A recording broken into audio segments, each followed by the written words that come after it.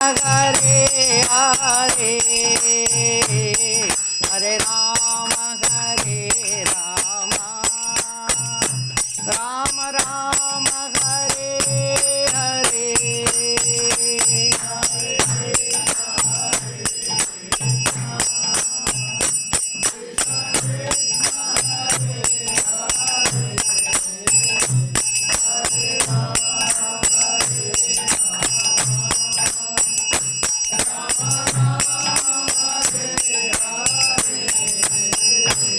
हरे कृष्णा कृष्णा कृष्णा हरे हरे हरे राम राम राम हरे हरे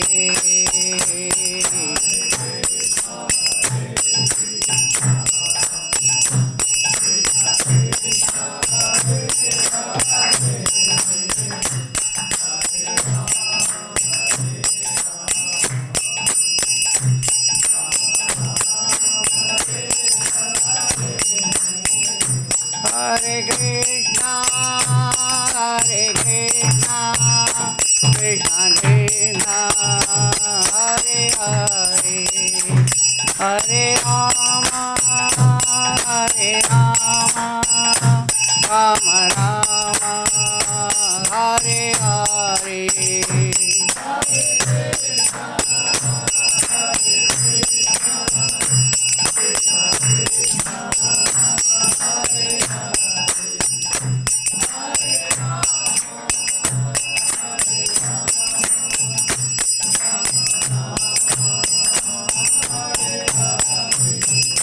हरे कृष्णा कृष्णा कृष्णा हरे हरे हरे राम राम राम हरे हरे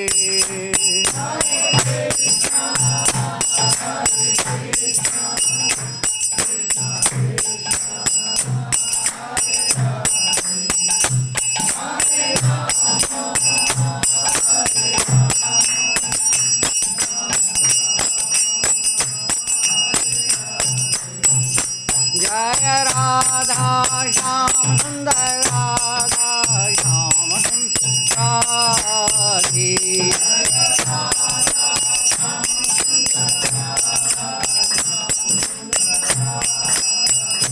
जय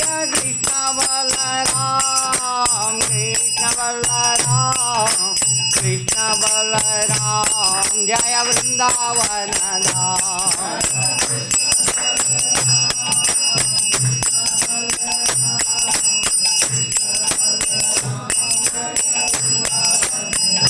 जय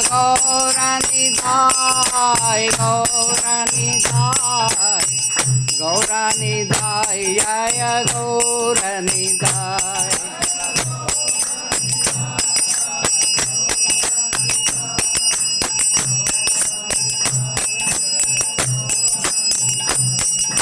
जय जय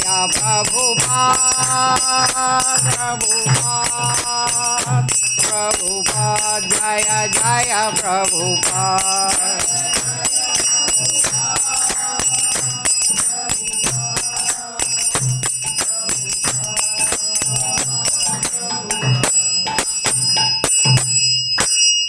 जय गौर प्रेमानंदे जय ओम विष्णुपाद परमहंस परिव्राजकाचार्य स्तोत्र शत श्रीमद अभय चरणारविंद भक्ति वेदांत स्वामी श्रील प्रभुपाद की नित्य लीला प्रविष्ट जय ओम विष्णुपाद परमहंस परिव्राजकाचार्य स्तोत्र शत श्रीमद भक्ति सिद्धांत सरस्वती गोस्वामी प्रभुपाद की अनंत कोटि वैष्णव वृंद की नामाचार्य श्री हरिदास ठाकुर की प्रेम से कहो श्री कृष्ण चैतन्य प्रभु नित्यानंद श्री अद्वैत गदाधर श्रीवासादि गौर भक्त वृंद की श्री श्री राधा कृष्ण गोप गोपीनाथ श्याम कुंड राधा कुंड गिरि गोवर्धन की व्रजभूमि वृंदावन धाम की पुरुषोत्तम क्षेत्र जगन्नाथपुरी धाम की अयोध्या मायापुर धाम की गंगा माई यमुना माई की समवेद भक्त वृंद की All glories to the assembled devotees. Hare Krishna. All glories to the assembled devotees. All glories to the assembled devotees. All glories to Guru and Gauranga. Om Namo Bhagavate Vasudevaya.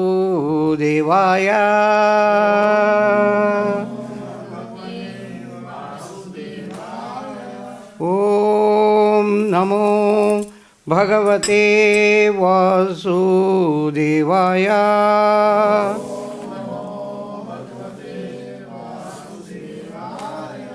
Om Namo Bhagavate Vasudevaya.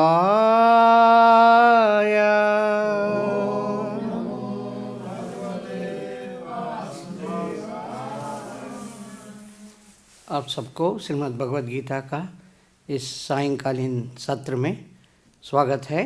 आज हम भगवद गीता अध्याय 14 श्लोक number 18 इसके ऊपर चर्चा करेंगे। इस श्लोक मैं पढ़ता हूँ, मेरे पीछे आप सब लोग दोहरा सकते हैं। ऊर्ध्वं गच्छन्ति सत्त्वस्था मध्ये तिष्ठन्ति राजसा जगन्या गुणवृत्तस्था जगन्या गुणवृत्तस्था अधो गच्छन्ति तामसा। इसमें थोड़ा मिस्टेक है, तामसा ता तमसा लिखा है, गलत है, डिस्प्ले में थोड़ा गलती हो गया है। अधो गच्छन्ति तामसा ऊर्ध्वं गच्छन्ति सत्त्वस्था मध्ये तिष्ठन्ति राजसा जगन्यगुणवृत्तिस्था अधो गच्छन्ति तामसा।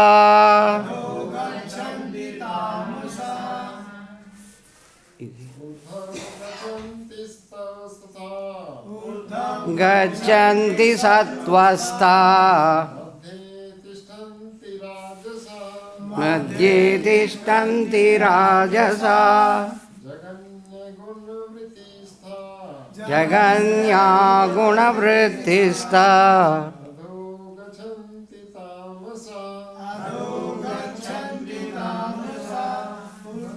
गच्छन्ति सत्त्वस्था मध्ये तिष्ठन्ति राजसा जगन्या गुणवृत्तिस्था अधो गच्छन्ति तामसा।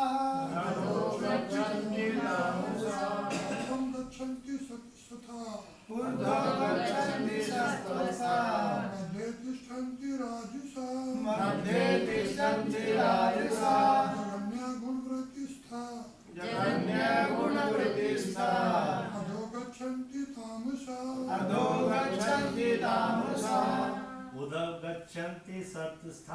ऊर्ध्वं गच्छन्ति सत्त्वस्था मध्ये तिष्ठन्ति राजसा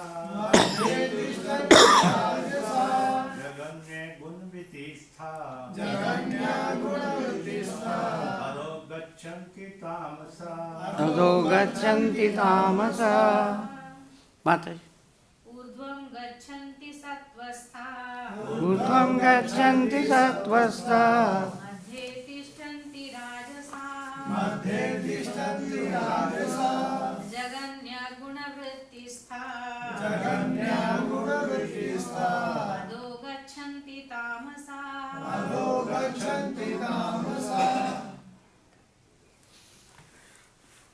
शब्दार्थ, अनुवाद और तात्पर्य जगत गुरु श्रील प्रभुपाद जी के द्वारा। जगत गुरु श्रील प्रभुपाद की जय। ऊर्ध्वम ऊपर, गच्छन्ति जाते हैं, सत्वस्था जो सतोगुण में स्थित हैं, मध्य में, तिष्ठन्ति निवास करते हैं, राजसा रजोगुणी, जघन्य गर्हित गुण, वृत्तिस्था जिनकी वृत्तियाँ या व्यवसाय, अधा नीचे निम्न, गच्छन्ति जाते हैं, तामसा तमोगुणी लोग। अनुवाद। सतोगुणी व्यक्ति क्रमशः ऊपर उच्च लोकों को जाते हैं। रजोगुणी इसी पृथ्वी लोक में रह जाते हैं और जो अत्यंत गर्हित तमोगुण में स्थित हैं वे नीचे नरक लोकों को जाते हैं। एक बार पढ़ सकते हैं, थोड़ा सा इसमें थोड़ा अंतर है, जो भगवद गीता में दिया गया वो हम बोलेंगे। सतोगुणी व्यक्ति क्रमशः ऊपर उच्च लोकों को जाते हैं। रजोगुणी इसी पृथ्वी लोक में रह जाते हैं और जो अत्यंत गर्हित तमोगुण में स्थित हैं वे नीचे नरक लोकों को जाते हैं। तात्पर्य। इस श्लोक में 3 गुणों के कर्मों के फल को स्पष्ट रूप से बताया गया है। ऊपर के लोकों या स्वर्ग लोकों में प्रत्येक व्यक्ति अत्यंत उन्नत होते हैं। प्रत्येक व्यक्ति अत्यंत उन्नत होता है। जीवों में जिस मात्रा में सतोगुण का विकास होता है उसी के अनुसार उसे विभिन्न स्वर्ग लोकों में भेजा जाता है। सर्वोच्च लोक सत्यलोक या ब्रह्मलोक हैं, जहाँ इस ब्रह्मांड के प्रधान व्यक्ति ब्रह्मा जी निवास करते हैं। हम पहले ही देख चुके हैं कि ब्रह्मलोक में जिस प्रकार जीवन की आश्चर्यजनक परिस्थिति है उसका अनुमान करना कठिन है। तो भी सतोगुण नामक जीवन की सर्वोच्च अवस्था हमें वहाँ तक पहुँचा सकती है। रजोगुण मिश्रित होता है। यह सतो तथा तमो गुणों के मध्य में होता है। मनुष्य सदैव शुद्ध नहीं होता, लेकिन यदि वह पूर्णतया रजोगुण में हो तो वह इस पृथ्वी पर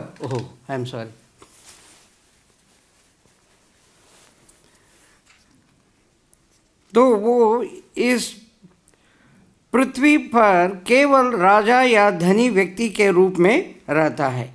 लेकिन गुणों के मिश्रण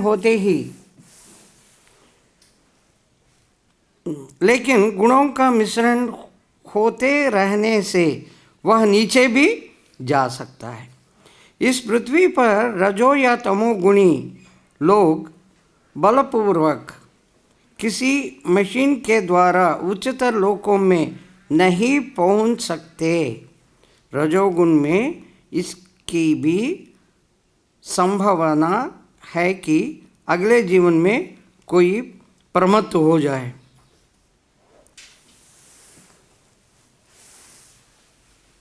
यहाँ पर निम्नतम गुण तमोगुण का अत्यंत गर्हित जघन्य कहा गया है।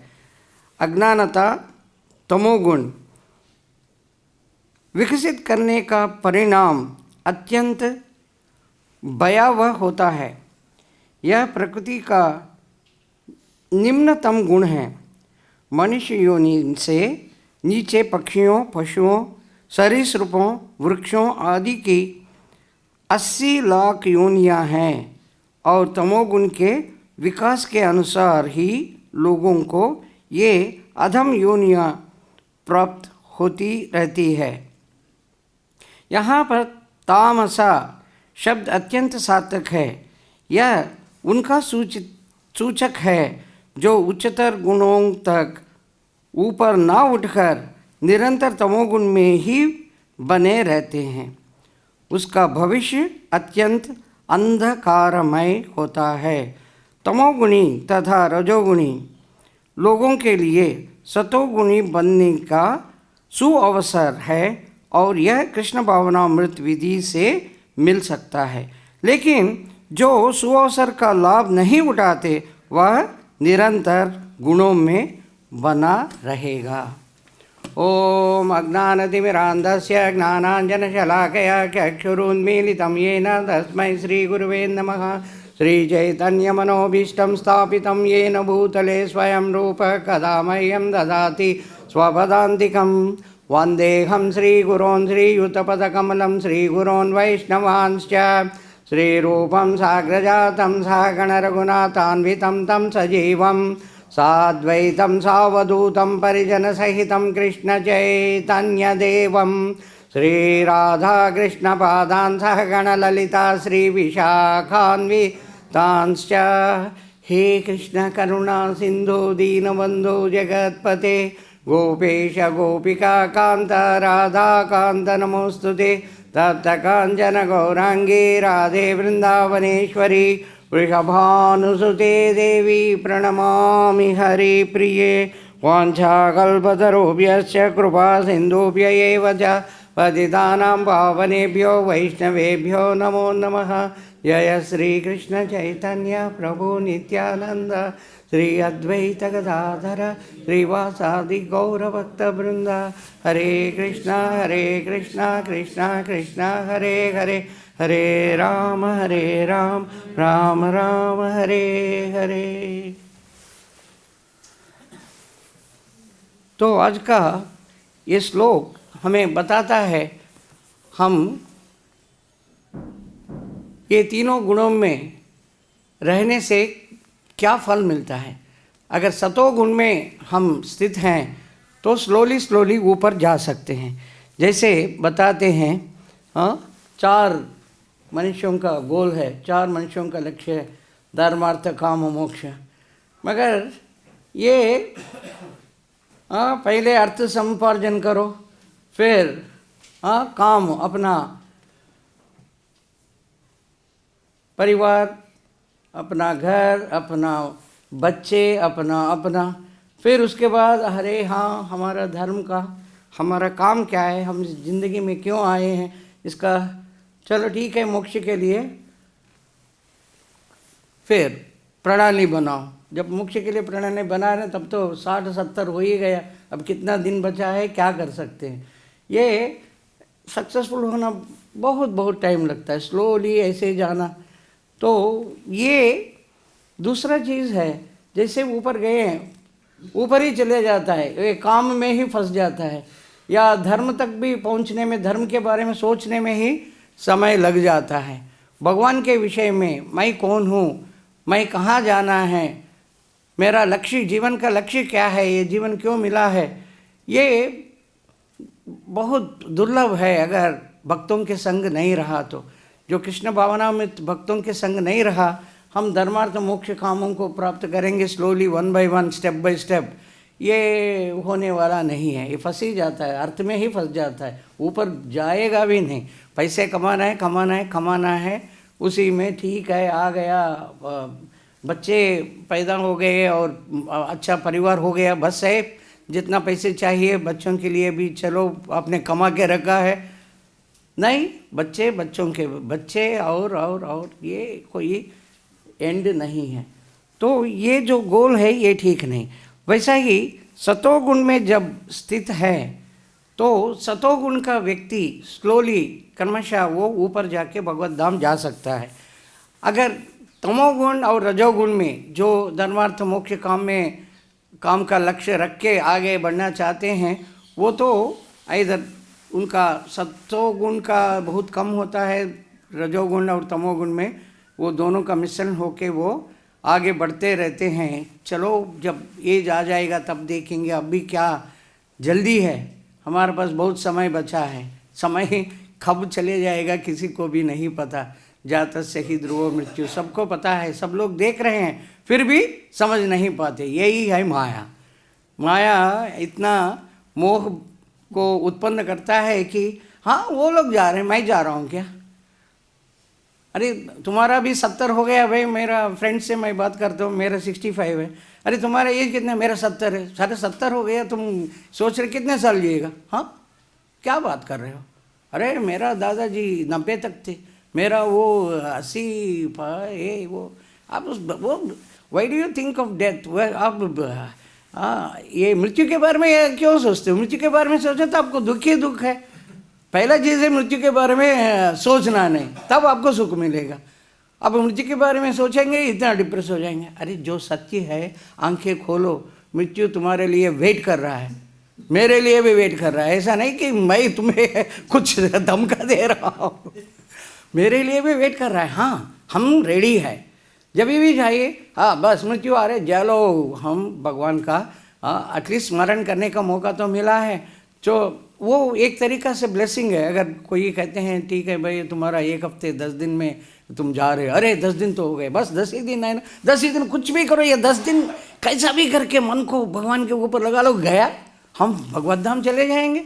ये कितना कृपा है भगवान। अगर किसी को बताते अरे तुम्हारा 3 ही दिन बचा है, अगर कोई बताए नहीं नहीं नहीं पापा के सामने नहीं बोलना, उनको सुनाई दे रहा है, अरे 3 ही दिन बता रहे हैं, अरे मेरा बैंक बुक लाओ, मेरा ये लाओ, मेरा बेटी को बुलाओ, बेटा को बुलाओ, बोल नहीं पा रहे। वैसा ही अरे 3 ही दिन मिल गया, चलो भाई तुम्हारा मौका बहुत बड़ा, खजाने का दरवाजा खुल गया है। बस ओनली 3 days, ओनली 5 days, 1 ही महीना या एटलीस्ट 1 साल 10 साल, हमारे पास कितना है समय? हम टारगेट रख लेंगे, हम हमारा 5 ही साल है, 65 है, और 5 साल और 3 साल, बस इससे ज़्यादा नहीं।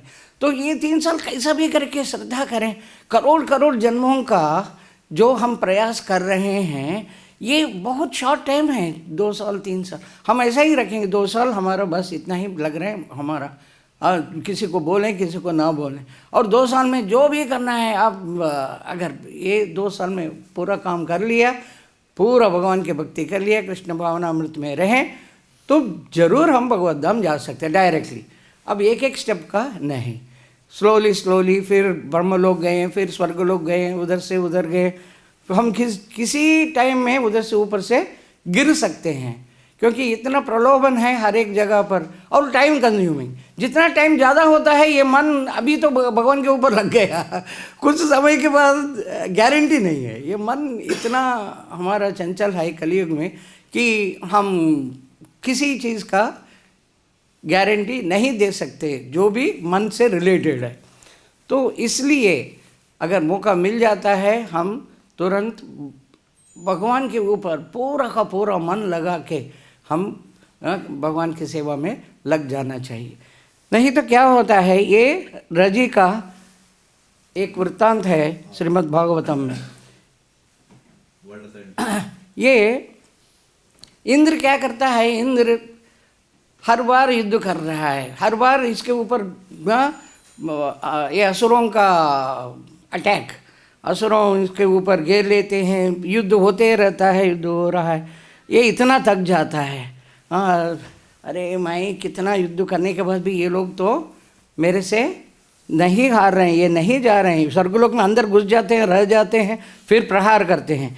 हाँ मैंने सुना हूँ, रजी बोल के एक बहुत बड़ा राजा, बहुत शक्तिमान राजा है, तो धरती पर जाते हैं और जाके महाराज रजी से प्रार्थना करते हैं, हे रजी महाराज आप हमें सहायता करो, ये असुर इतना हमारे ऊपर बार बार हमारे ऊपर अटैक कर रहे हैं और हमें तंग कर रहे हैं, हमें बहुत कष्ट हो रहा है, मैं संभाल नहीं पा रहा हूँ, तो कृपया। वो आके प्रणाम करके उनको, स्वर्ग का राजा, वो बहुत स्ट्रांग मैन है सब, ये पूरा विश्व में वो मनुष्यों को क्या असुरों के ऊपर, मगर फिर भी वो आके प्रार्थना कर।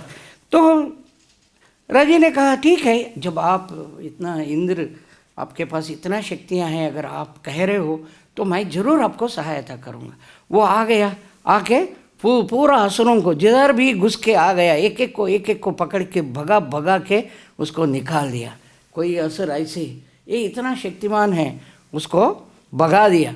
भगाने के बाद अब हाँ भाई सब असुर भाग गए, सब असुर चले गए। हाँ इंद्र आप देख रहे हो ना, इंद्र कहते हैं देखिए आप मत जाना, आप इधर ही रहिए, मैं स्वर्गलोक में कैसे रहूं, मेरा राज्य है। अरे आपका राज्य तो चलते रहेगा, राज्य तो ठीक है, ये आप इंद्र का सिंहासन आप ले लीजिए, आप बैठ जाइए। जब आप बैठे हो ना, आपको देख के सब लोग डर रहे हैं, अगर मैं बैठ गया तो फिर आएंगे, फिर मुझे तंग करेंगे, पूरा स्वर्गलोक को बड़ा दुख पहुंचाते हैं। प्लीज़ कृपया आप स्वर्गलोक में, आप स्वर्ग का राजा इंद्र का कुर्सी पर, सिंहासन पर आप बैठ जाइए। तो रजी कहते हैं अरे कोई बात नहीं, अगर आप इतना पूछ रहे हो, इंद्र मतलब कोई सामान्य नहीं, भगवान का डायरेक्ट रिप्रेजेंटेटिव है, विष्णु भगवान का रिप्रेजेंटेटिव है, इतना वो अगर पूछ रहे हैं तो बैठ गए, इंद्र बन गया। इंद्र बन के चलो जो भी है उनका राज्य चल रहा है। मगर जातस्य ही ध्रुवो मृत्यु आ गई, स्वर्गलोक में रहो किधर भी रहो, मृत्यु तो होना ही है। आप ब्रह्म भुवना लोका पुनरावर्तिनो अर्जुन, किधर भी जाओ उधर से फिर वापस आना ही पड़ेगा, जब तक हम गोलोक वृंदावन नहीं जाते। तो शरीर छोड़ दिया, जैसे वो शरीर छोड़ दिया, इनका 400 पुत्र है, रजी का एक्चुअली 400 पुत्र, वो भी बहुत शक्तिमान है, सब मिलके असुरों को भगा दिए, सब लोग उधर ही स्वर्गलोक में हैं उनके। अब पिताजी गुजर गए, वो ये रूल अप्लाई करते हैं, जो भी राज्य का राजा गुजर गए तो कौन राजा होगा, जो सबसे बड़ा बेटा जो है वो राजा होगा। ये इधर भी कुर्सी पर, कौन सा कुर्सी पर बैठे हैं, स्वर्गलोक का कुर्सी पर बैठे हैं, सेम रूल। अरे तुम कौन है, हाँ चलो भाई तुम राजा हो, हाँ तो ये सिंहासन खाली है, चलो हम जाके बैठ जाएंगे। जाके बैठ रहा था, ये देखते हैं अरे ये क्या हो रहा है, मैं स्वर्ग का राजा हूँ इंद्र, मैं वैसा ही कुछ दिन के लिए बैठो करके मैंने बिठाया ताकि असुर भाग जाए, नज़दीक में ना आए। ये जाके ये बैठ गया, एक बैठ गया तो बोलते हैं अरे ऐसा कैसे बैठ गए, उनको समझाते हैं देखो मैं इंद्र, मैं आपको, आपके पिताजी को मैंने प्रार्थना किया था इंद्र के सिंहासन पर आप बैठ के राज्य चलाओ, अब वो शरीर त्याग दिया है तो मेरा होता है, ऐसा नहीं कि आपका। ये इनका तर्क बताते, देखिए एक राजा शरीर त्याग दिया, कौन राजा बनता है, जो सबसे बड़ा बेटा है, यही तो है, यही तो सिद्धांत है।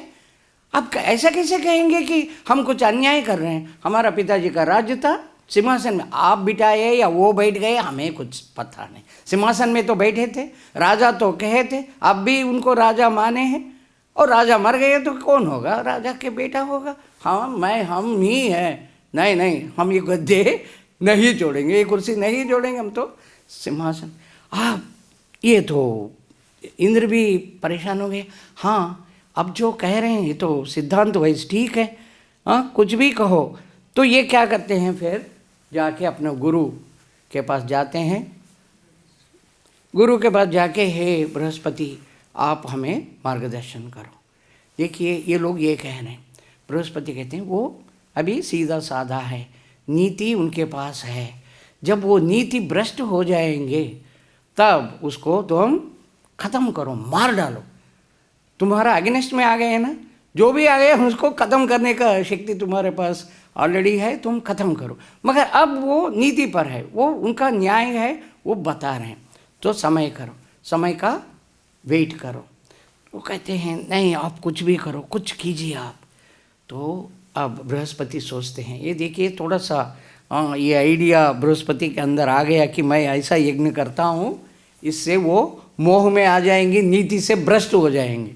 वो नीति भ्रष्ट होने का यज्ञ बृहस्पति करते हैं, भागवतम में बताया गया है, क्योंकि ये दुष्ट लोगों को निकालने का एक ही मार्ग है, इनको नीति भ्रष्ट करना।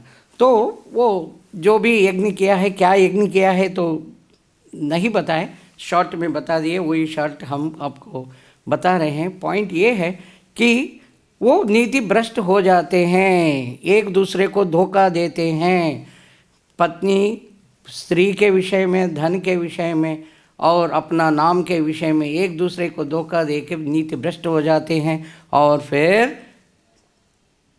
इंद्र एक एक करके 400 के 400 पुत्र, शायद 400 भी हैं, 400, यस। तो 400 के 400 पुत्रों को मार डालते हैं, फिर वो राजा बन जाते हैं, स्वर्ग का राजा।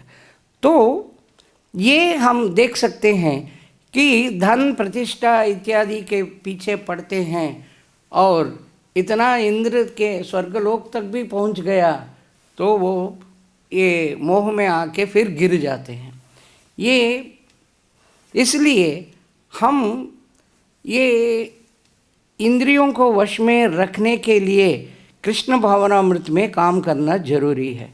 अगर हमारा काम ऐसे रहा, एक तरफ अपराध जल रहा है, दूसरे तरफ हम जप कर रहे हैं। जप किस लिए कर रहे हैं? अरे ये पहले ये अपराधों का बंद करो, अपराध इतना हो रहा है और जप का आपको असर कम पड़ेगा। तो ये इसको हम क्लियरली समझेंगे कि हम जो भी कार्य कर रहे हैं, जब हम सतोगुण में आते हैं तो आगे बढ़ सकते हैं। अगर रजोगुण या तमोगुण में गया तो कोई गारंटी नहीं, गिर ही जाते हैं। राजकुमार प्रसादरा का बहुत बढ़िया वृत्तांत है स्कंद 9 और अध्याय 2 में। बहुत शॉर्ट, अराउंड 10-15 श्लोक ही है, मगर इसमें बहुत बड़ा सिद्धांत हम समझ सकते हैं। प्रसादरा 10 राजकुमारों में एक राजकुमार है मनु का बच्चों में। उनका गुरु वशिष्ठ बच्चों को, राजकुमारों को अच्छा शिक्षा देता है। शिक्षा देते देते वो क्या करते हैं, हर एक को एक एक काम अलाट करते हैं, प्रसादरा को काम अलाट हो गया, क्या है, रात में गैयों का रक्षा करना, गौशाला का सब गैया रात में घूमते रहते हैं, कोई भाग आए, टाइगर आए, लायन आए तो रक्षा करते। तो बहुत बढ़िया, हर दिन रात में अपना लाठीन लेता है, अपना तलवार लिया, सब कुछ लेके बहुत अच्छा चल रहा था।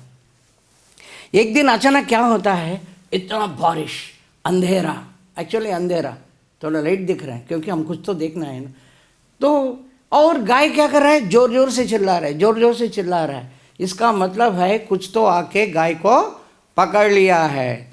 अरे कुछ तो आ गया, अपना तलवार लेके इधर उधर घूम रहा है। फिर उनको समझ में आ गया, आवाज़ इस तरफ से आ रहा है, दूर से दिख रहा है, अरे बाघ को कुछ तो पकड़ लिया, हमारा गाय को पकड़ लिया। अपना फिर आगे बढ़ता है, अपना लेके, अंधेरा नहीं दिख रहा है, इधर से आवाज़ आ रहा है, तलवार लिया और हमारा गाय को पकड़ा है, चक चक, और देखते हैं खून निकल रहा है। मैंने बाघ को मार डाला। और कुछ देर के बाद आवाज़ बिल्कुल बंद, आवाज़ बंद भी हो गया, तलवार से खून निकल रहा है। ये सोच लिया मैंने बाघ को मार डाला या भाग गया। और सुबह हो ही गया, अपना जो भी है कार्य पूरा करके, नहा के, संध्या वंदन जो भी करके आके देखते हैं क्या हुआ। देखेंगे, अरे रे क्या हो गया, ये तो गाय मर गया। और बाघ का एक कान दिख रहा है, टाइगर का एक कान दिख रहा है, और वो निशान दिख रहा है कि टाइगर भाग गया। अरे मेरे से बहुत बड़ा गलती हो गया, मैं क्या करूं, मैं तो गाय को मार डाला। गाय को मारना मतलब क्या है, मेरा ज़िंदगी ख़त्म। मैं कितना बड़ा पाप कर लिया। तो गुरु के पास जाते हैं, उनको ऑलरेडी सब कुछ समाचार मिल गया। तो कहते हैं तुम्हें गाय को रक्षा करने के लिए भेजा गया या गाय को मारने के लिए भेजा गया? गुरुदेव, इतना बारिश हो रहा था, जोर जोर से आवाज़ सुनाई दे रहा था, मुझे तो कुछ भी नहीं दिखाई दे रहा है, मैं क्या करूं? वही तो है तुम्हारा, तुम क्षत्रिय हो, तुम्हें समझ में आना चाहिए कौन तुम्हारा अपना, कौन तुम्हारा पराया। तुम शत्रु के मारने के वजह तुम्हारे लोगों को ही मार डालेंगे कि तुम्हारा अंदर क्षत्रिय का लक्षण ही नहीं है। तुम अगला जन्म में क्षत्रिय नहीं शूद्र बन जाओ, शाप दे दे। अगला जन्म में इनके दिमाग में आ गया, अगला जन्म वासांसि जीर्णानि यथा विहाय। एक शर्ट फट गया तो उसको निकाल दिया, दूसरा शर्ट पहने। एक शरीर जब खत्म हो गया, आत्मा एक शरीर को छोड़ के दूसरा शरीर, ये तो दूसरा शरीर के बाद दूसरा शरीर, और ये जन्म मृत्यु चक्कर। अरे रे रे, मैं तो जन्म मृत्यु चक्कर में फंसी गया। अब ये इसमें मैं फिर अधम में, ये हो सकता है जब मैं अगला जन्म हो, अगला जन्म, अगला जन्म, अगला जन्म में तुम शूद्र बन जाओ, अगला जन्म, अगला जन्म, इनके अंदर यही आ रहा है अगला जन्म।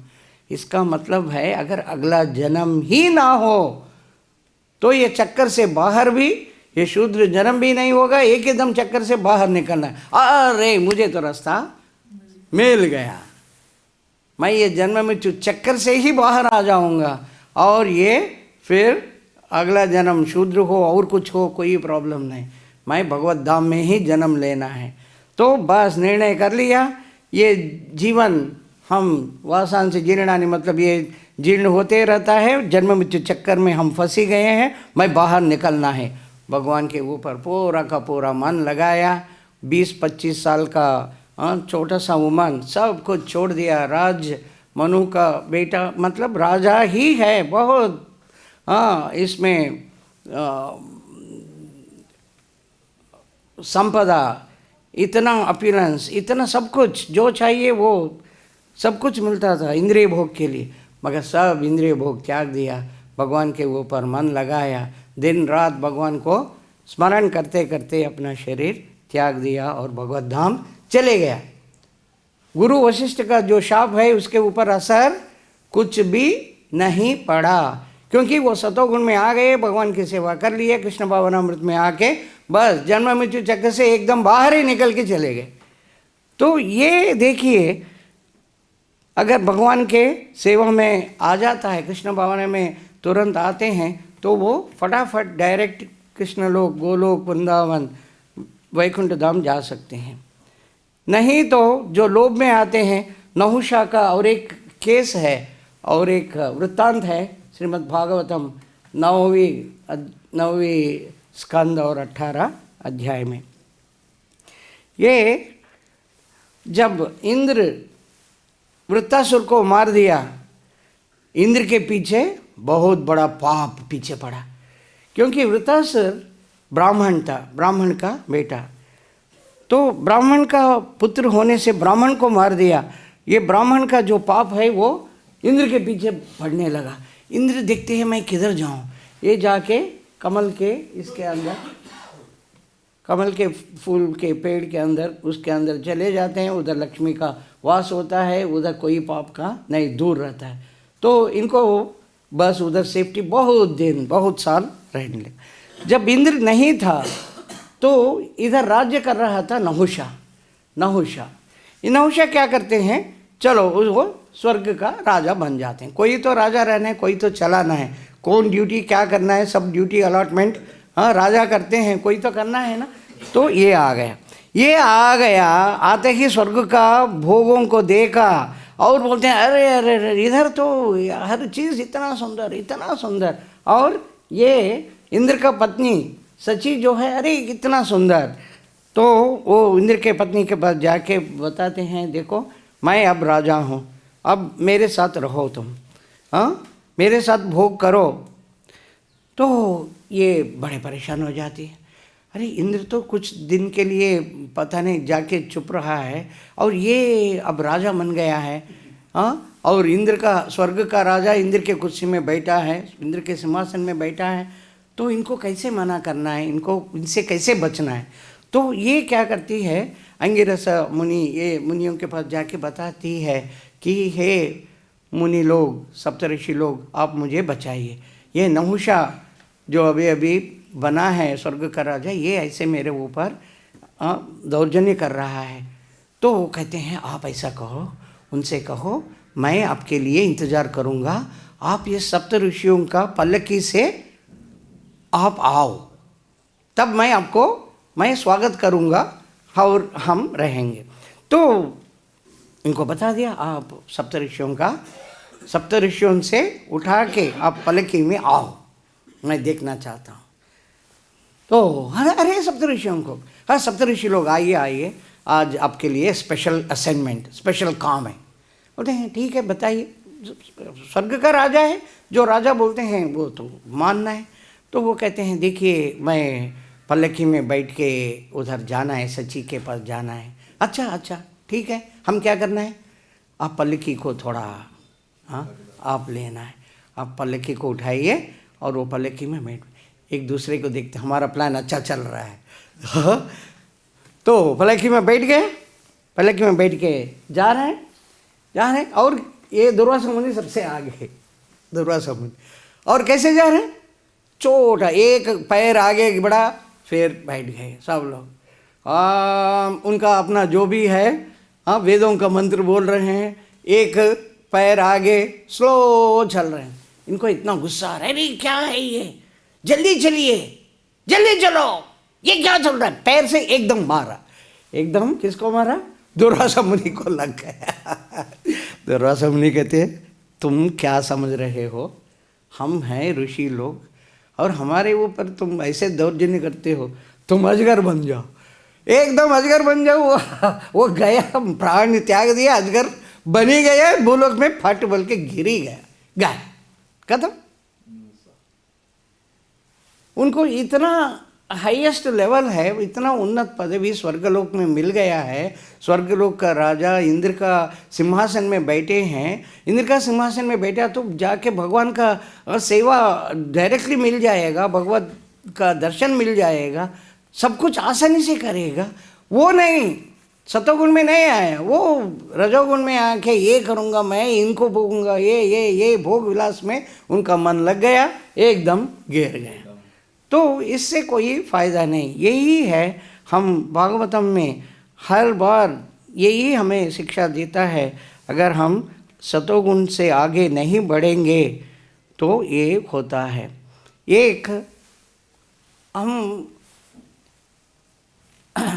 एक भिखारी था, ये भिखारी रोज अपना कटोरी लेके टकर टकर भिक्षा दीजिए, भिक्षा दीजिए, भिक्षा दीजिए। एक आदमी दूर से देख रहा है, अरे जैसे वो टकक टकक टकक कर रहा है, ये कुछ आवाज़ अलग है, ये आवाज़ ऐसा वैसा आवाज़ नहीं, टकक टकक कर रहा है। ठीक उस दिन के पास गया, देखो भाई तुम्हें ये 1000 रुपया देता हूँ, तुम्हारा जो कटोरी है मुझे दे दो। अच्छा 1000, अच्छा कम है क्या, ठीक है 2000 ले लो। 2000 दिया, कटोरी ले लिया और अपने बैग में रखा, भागा, घर भाग के अपना पत्नी, ओ माय डियर पत्नी, मेरा बहुत सुंदर पत्नी, आपके लिए मैं बहुत अच्छा चीज़ लेके आया हूँ, इसको पैक करके, तुम्हारा आज जन्मदिन है, तुम्हारे लिए बहुत अच्छा चीज़ लेके आया। अच्छा क्या है दिखाओ, अरे ये तो बदबू आ रहा है, वो भिखारी का है, मैं रोज़ वही स्टेशन पर देखता हूँ, मेट्रो स्टेशन के बाहर बैठता है, अरे वही उसका लेके आए हो और मुझे बता रहे हो बहुत बड़ा इनाम है आपके जन्मदिन पर, ये क्या मजाक है।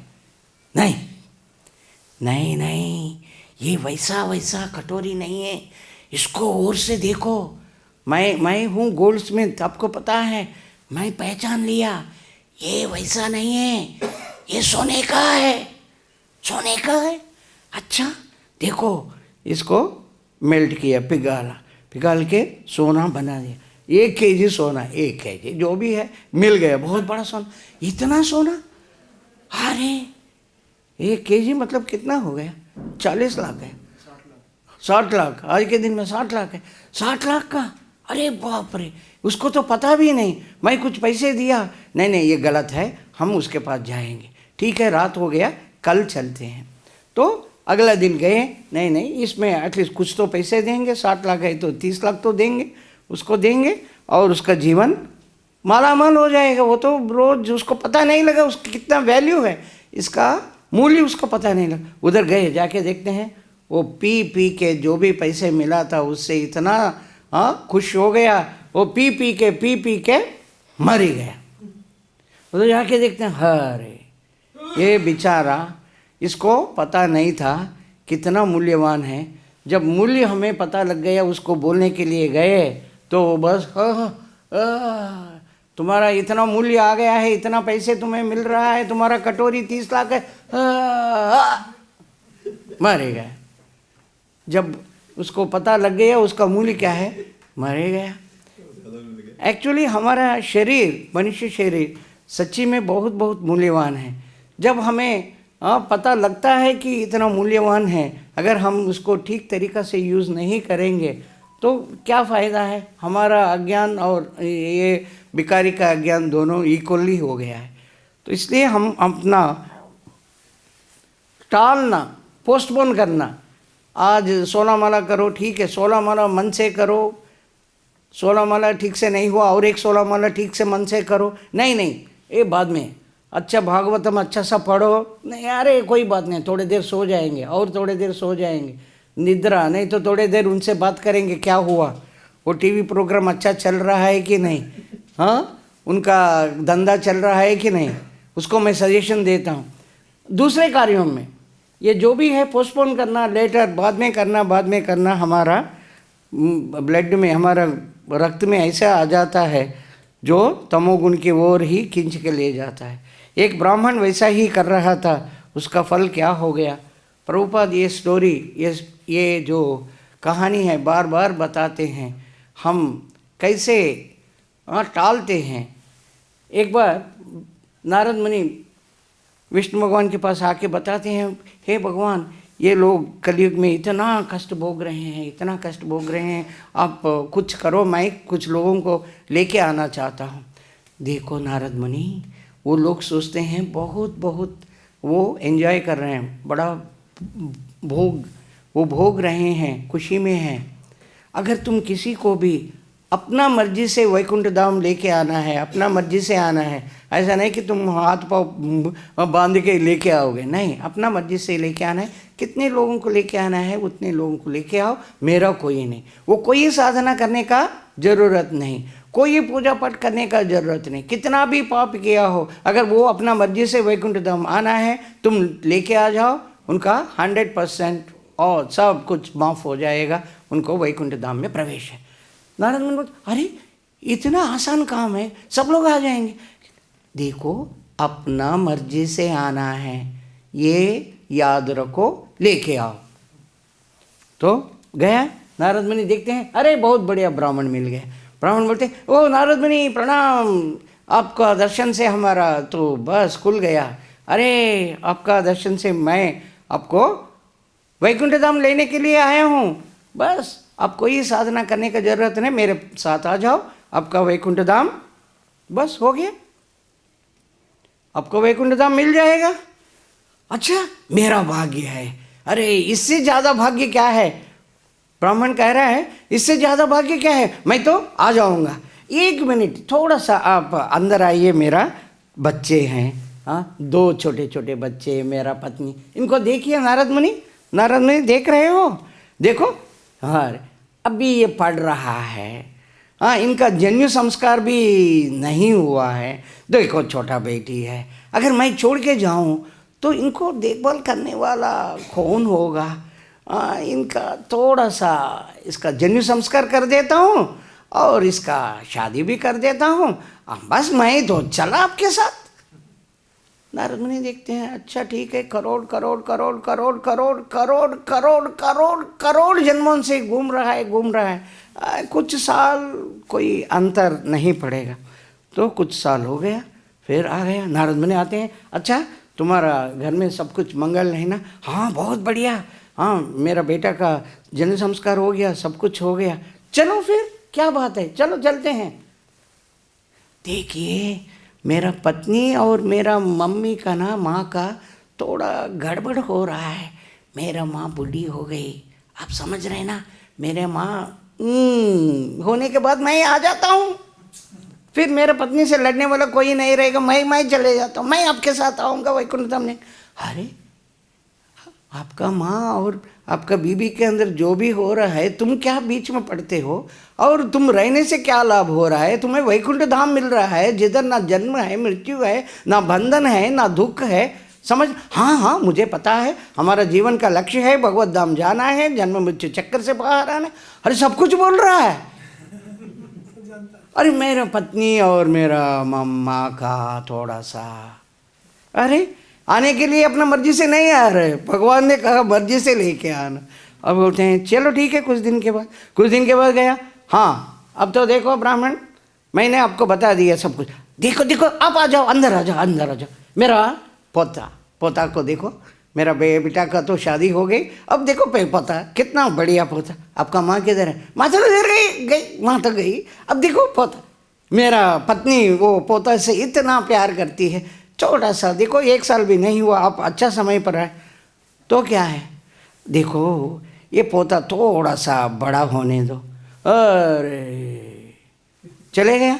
चलो फिर कुछ दिन के बाद आया, ए किधर हो? हाँ मैं ही हूँ वो ब्राह्मण। हाँ देखा, जन्म मृत्यु जरा व्याधि यही है।